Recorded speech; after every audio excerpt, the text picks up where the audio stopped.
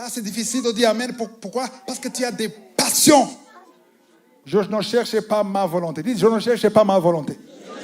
Ça, c'est l'exercice que tu dois faire chaque jour. Chaque matin, je dis, Seigneur, je ne cherche pas ma volonté. Il ne faut pas le dire hypocritement.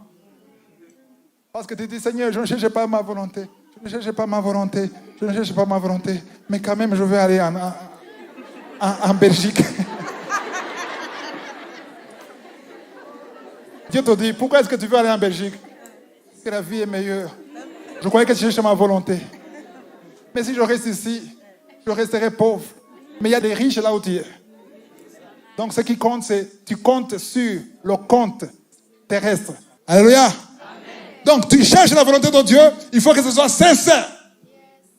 Chercher la volonté de Dieu, c'est dire, je suis prêt à lâcher. Ah non. Amen. On lâche quelque chose qui est important. Quelque chose qui est précieux. Amen.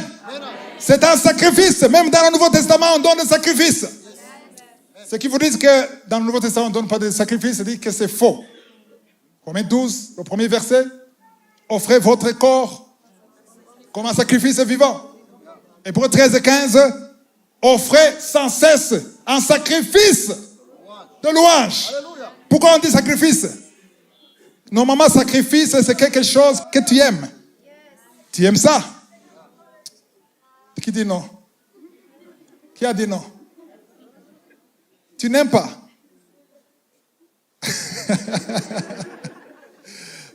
Est-ce qu'il n'y a rien que tu aimes? Il y a des choses que tu aimes. Oui. Elle me rappelle un petit garçon de 10 ans, de 7 ans. C'était le mois des offrandes. On prenait des paniers, des grands paniers comme ça. Maintenant, c'est le moment des offrandes. Les paniers, on met l'argent, des billets. Le petit dit, Seigneur, moi je veux te donner, mais je n'ai pas d'argent. Et quand c'était devant le petit, le protocole voulait passer, il dit, stop. Petit, qu'est-ce que tu veux? Papa t'a donné quelques billets? Non, j'ai un sacrifice. Ok, mets dans le panier. Il a sauté dans le panier. Il a dit, je me donne à toi. I surrender all. Beaucoup chantent cette chanson. I surrender all. Je laisse tout. Mais souvent, c'est faux. I surrender all. Ne touche pas mon porte-monnaie. Ne touche pas ma voiture. Ne touche pas mon argent. Sinon, I surrender. Je laisse tout. Ça sonne bien. Mais Dieu ne regarde pas ce qui sort de ta bouche. Dieu regarde ce qui sort de ton cœur. Alléluia. Donc, il faut que tu arrives, chaque matin, tu dis, je ne cherche pas. Je lâche. Ça ne veut pas dire que je n'aime pas. Si, j'aime. Oui, j'aime. Ne sois pas un menteur devant Dieu, parce qu'il connaît ton cœur. Seigneur, ça, j'aime. Je ne veux pas lâcher. Mais à cause de toi. À cause de ce que tu as fait sur la croix. À cause du sacrifice que tu as donné comme ton fils unique pour moi. Parce que tu as écrit mon nom dans le livre de la vie. Parce que j'ai l'assurance que si je meurs, je vais au ciel. Même si je n'ai pas ça. Même si je voulais ça. Je lâche ça. Pas pour moi, mais pour toi. Wow! C'est ça qui touche le cœur de Dieu. Amen. Je laisse ça pour toi. Est-ce que tu as déjà dit ça? Il faut dire ça. Amen. Si tu n'arrives pas à le faire, tu dis, c'est difficile de lâcher, tu viens devant Dieu. Seigneur, j'ai besoin de lâcher. Mais je n'arrive pas à lâcher. Aide-moi. Envoie ton Esprit Saint. Donne-moi la force de lâcher. Dieu donne la force de lâcher. Je vous dis la vérité. Jésus était parfait. Amen. Il n'a jamais péché. Mais si Dieu n'avait pas, le Père n'avait pas envoyé un ange, qu'on parle dans Luc 22, verset 43. S'il n'avait pas envoyé cet ange, je ne pense pas que Jésus aurait fait ça. Parce que lui-même a demandé pour que ça passe, que la coupe passe. Parce qu'il y avait la peur, il était triste jusqu'à la mort, c'est ce que la Bible dit. Il ne voulait pas être crucifié. Il a même demandé pour que la coupe passe. Il a même essayé de convaincre son père la louange et l'adoration. Toi qui crois que la louange et l'adoration changent le cœur de Dieu. Non. Ça ne change pas le cœur de Dieu. Parce que Jésus a dit, oh, tu peux tout. Il a dit à son Père, tu peux tout. Autrement dit, tu peux même changer tes décisions. Ah. S'il n'a pas exaucé Jésus, il ne t'exaucera pas. En ce moment, il s'est rendu compte qu'il dit des choses qui ne plaisent pas à son Père. Et il a dit, toutefois. Ah, une seule personne a compris. Aïe, aïe, aïe, aïe. Il a dit, toutefois, non pas ce que je veux, mais ce que toi tu veux. Immédiatement, un ange a apparu du ciel. Il est venu pour le fortifier. L'ange que Dieu a envoyé, Dieu le Père a envoyé, après avoir dit, non pas ma volonté, ta volonté. Il a envoyé un ange, pas pour le sauver. Il y a des anges qui te sauvent et d'autres anges qui t'accompagnent dans les problèmes. Il y a ceux qui t'accompagnent pour que... Il y a des anges que moi, pas la Bible, moi, il y a des anges que j'appelle les anges anesthésistes. Ils viennent te donner la force de passer. Parce qu'on peut te faire l'opération, tu regardes le docteur, il coupe, tu ne sens rien. Parce qu'il a fait quelque chose. Donc l'ange est là pour te fortifier, pour que tu puisses passer, pour que tu puisses avancer. Si le problème vient du diable, l'ange vient te sauver. Si le problème c'est pour te former, l'ange vient t'accompagner dans le feu. Tu marches dans le feu avec l'ange. C'est mieux de marcher dans le feu avec l'ange que marcher seul. Et pour être là, il faut chercher le témoignage du ciel. Parce que quand Dieu est satisfait de ta prière, il envoie un ange t'accompagner, de te donner la force, de te fortifier pour que tu arrives à la destination. Ça peut changer ta vie complètement. Ta vie de prière. Ton langage va changer. Ton attitude devant ton patron qui est impossible, qui est compliqué, qui est dur. Tu ne vas plus le voir. Tu vois celui qui l'a mis au-dessus de toi. Et tu sais que celui qui l'a mis au-dessus de toi, il sait pourquoi tu es là. Si ça ne plaît pas à ton vrai chef, en fait, ton vrai chef, ce n'est pas ton patron. Ton patron au travail, ton directeur, ton chef, ce n'est pas le vrai chef.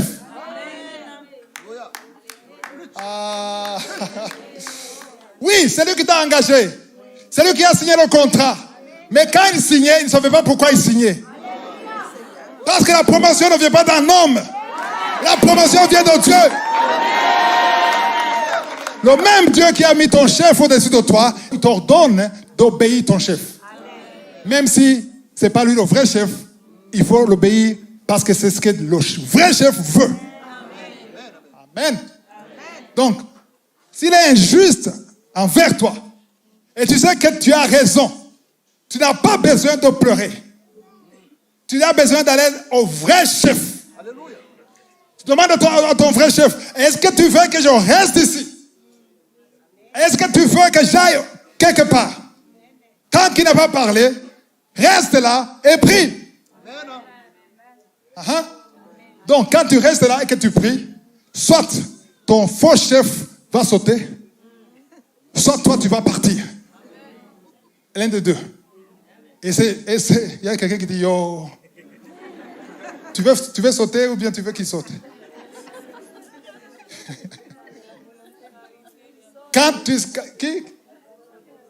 La volonté de Dieu, c'est ce que tu cherches. Tu veux la volonté de Dieu. Parce que le vrai chef, c'est lui qui décide. Ici, ça risque de me traîner dans un autre enseignement. De couple. Mais je ne vais pas aller là, parce que c'est long. Amen. La parole de Dieu dit que le mari, c'est le chef. Ce n'est pas moi qui le dis. C'est écrit dans Louis II. Amen. Quand j'ai enseigné ça, j'ai eu des messages des femmes qui sont en Europe qui ont dit non, il ne faut plus dire le mot chef. J'ai dit change ta Bible, il faut corriger dans ta Bible, pas chez moi. Alléluia.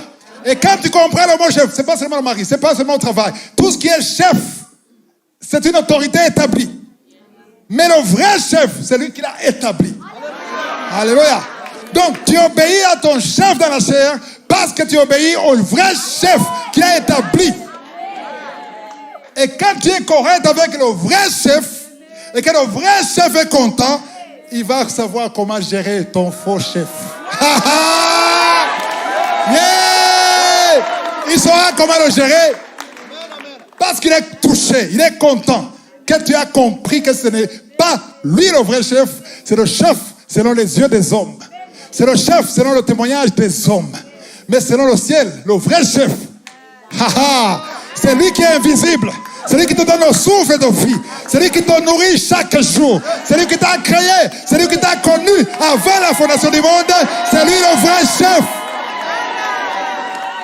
Waouh! Quand tu as compris ça, même quand on va te chasser, tu vas rire. Ça ne vient pas de toi, ça vient du vrai chef. Non, je ne veux plus de toi. Oui, tu ne veux plus de moi parce que le vrai chef ne veut pas que je sois ici.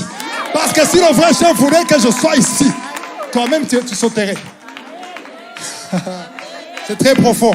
Est-ce que vous comprenez ça? Ça, c'est très fort. Quand tu comprends ça, tu ne seras pas blessé. On a parlé de moi. Non, non, non. Il a pris ma place. Ce n'est pas ta place. Parce que personne ne peut prendre ta place. Si tu plais au Seigneur. Si tu plais au Seigneur. Parfois, je risque de manquer de patience quand on me dit, il m'a pris mon mari. On était des jeunes, des célibataires, mais il m'a volé mon fiancé. Et je dis, est-ce que ton fiancé l'a épousé? Oui, donc ce n'est pas le tien. Si tu as un autre avec Dieu, ce n'est pas le tien. Alléluia. Ne cherchez pas d'impressionner, non, de changer de démarche pour impressionner un homme. Oh, Dieu est déçu. Les filles, Dieu est déçu. Tu essaies de marcher, sourire alors que tu pleures à l'intérieur pour qu'il pense que tu es la meilleure, la gentille. Dieu est déçu. Pourquoi? Parce que tu as gardé tes yeux sur un homme. Totalement déçu. Parce que si tu sais que Dieu t'a dit que cette soeur, c'est à ta femme, ou bien son frère, c'est ton mari, et le frère ne veut pas de toi, qu'est-ce qu'il faut faire? Comment tu vas prier? Seigneur, quand même il est beau. Comment est-ce que tu vas prier? Quand même il a un bon travail. Comment est-ce que tu vas prier? Tu as pris, Seigneur, tu as pris une côte. D'Adam. Et cette côte est devenue quoi? Son frère là, il a besoin. Il y a une côte qui manque. Et si cette côte c'est moi, Seigneur, que ta volonté. Oui! Ça c'est puissant. Parce que tu n'es pas motivé par la chair. Tu n'es pas motivé par la poitrine, par la beauté, par le salaire, par la belle voiture. Tu veux être dans le plan parfait. Tu cherches la volonté de Dieu. Tu cherches ce qui plaît à Dieu. Ce sont les prières qui font bouger des montagnes. Ça renverse des montagnes. Waouh! Ce qui est pire, c'est quand tu cherches que les gens t'applaudissent. Il ne faut jamais chercher ça. Parce que quand tu veux que les gens disent que tu es le meilleur musicien, meilleur chanteur, meilleur prédicateur, tu es le meilleur mari, là tu vas fournir des efforts pour impressionner les hommes. Amen. Donc tu veux impressionner les hommes qui ont aussi besoin d'avoir un témoignage de toi. Des hommes comme toi. Amen. Mais quand tu cherches le témoignage de Dieu, tu t'alignes aux Écritures, aux principes de Dieu. Amen. Galates, le premier chapitre, le verset 10. Et maintenant, est-ce la faveur des hommes que je désire? Attends, est-ce que c'est Paul qui écrit aux Galates? Est-ce que vous croyez que je cherche la faveur des hommes? Pourquoi il a dit ça? Il est venu avec un marteau. Parce que les Galates avaient bien commencé. Il a dit, vous avez bien commencé, vous avez commencé spirituellement, maintenant vous avez terminé dans la chair. Il a même dit, qui vous a ensorcelé? Pourquoi il a dit ça? Parce que les Galates commençaient à retourner dans la loi. Parlant de la circoncision comme moyen